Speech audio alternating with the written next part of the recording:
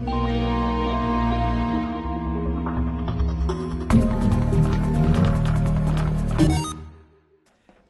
what's going on, guys? Jerma here with a Team Fortress 2 gameplay commentary. And Otto, my dog, is right here.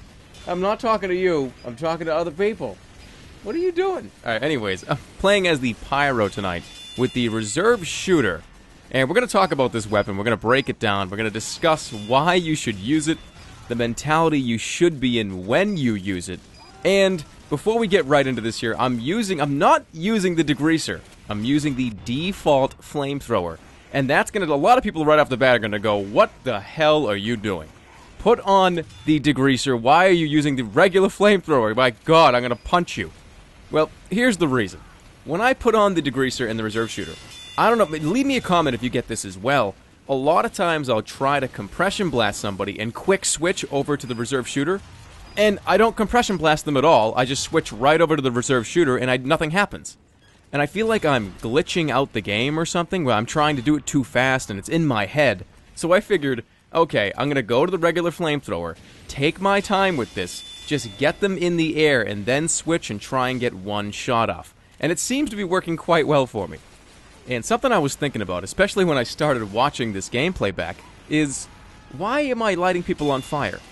Is there really a reason for that? Because for the most part, as you'll see, all of my kills come from 1 or 2 shots from the reserve shooter. So why am I doing that extra light them on fire, blow them up, light them on fire? Because that's really just wasting another compression blast. Now maybe it would be worth looking into to not use your flamethrower at all, and the only reason you ever use it is to right click. Now that may or may not work that well, but I think I want to give it a try the next time I do this. Although you do lose that dot damage, that's kinda bad, but at the same time, you're not going to be needing to scramble around looking for ammo crates or dispensers as much as you used to. Because you'll probably get 2 or 3 extra compression blasts if you don't use the flame. Alright, so let's get into the most important part of this video, really. The shotgun versus the reserve shooter. So guys, right off the bat, both of these are shotguns. They both have the same function times, they both act the same way, except of course they have a little bit different clip size, I'm sure you know. And the quicker switches between different weapons or items with the reserve shooter. Now that out of the way, think of the reserve shooter as a double-barreled shotgun. And what do I mean by that? Pretty much I'm talking about pellet spread. Now let's really break this down for a second here.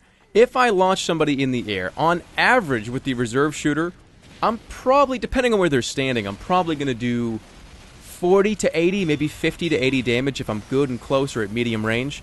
Now, if I do the same thing with the shotgun, you're talking maybe 25 to 40 damage from medium range, medium close range. So really, it's going to take 2 shots from your shotgun to equal 1 of the reserve shooter mini crits. So that's why I say it's sort of like a double-barreled shotgun, and that totally, 100% relies on pellet spread. Because on paper, on no bullet spread servers, it's going to be quite different. But because there is spread in this game, you're never going to see the same numbers over and over again. Now, this would not be the case at all if they had different pellet spread mechanics. But, like I said in the beginning, they're both the exact same shotguns, with just a little bit different tweaking here and there. So if you put yourself in the position to think that this is a double-barreled shotgun, in your mind, there's really 6 shots. You only get to shoot 3 times, but you're shooting 6 bullets. That's what goes on in my brain. And it really does help you out, because instead of just freaking out going, there's only 3 shots, I can't hit anybody, just slow down a little bit, launch somebody in the air, get that 1 shot on them, tell yourself in your brain that you just shot 2, that's a double-barreled shotgun, of course, I just did like double damage, extra damage. And you aren't doing extra damage, you aren't doing double damage. Well, technically you are, because it's, what is a mini crit, 130% or 30% extra or something like that. But it's the pellet spread that allows you to think like that. Now, where this shotgun really, really is not good is if you are missing pellets or you're not a great shot with your shotgun.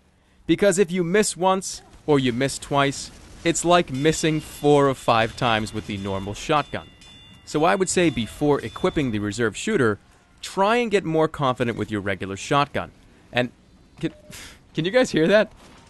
What are you doing? My dog is just literally digging in my bed. He's not going to go anywhere. You are not going to go anywhere. I hope you know that. You're going to stay here. You can't dig through a bed. Maybe you can. I should be careful with that. But anyways, you get the idea. The reserve shooter is a little more advanced, a little more difficult to use. So again, I would suggest not using it till you're more familiar with the shotgun. You play with the shotgun for a while, then switch to the reserve shooter. And I'll tell you right now, it took me a while to get these couple of little gameplay clips here. I'm not that good with it. I've been trying to get better with it, trying to figure out a couple of different options to use it. But hopefully some of this stuff can give you guys some tips and hopefully improve your reserve shooter game. But that's going to be the end of the video. Hopefully you guys enjoy it. Thank you so much for watching, guys. I really do appreciate it. And I will see you all next time. So take care, everybody.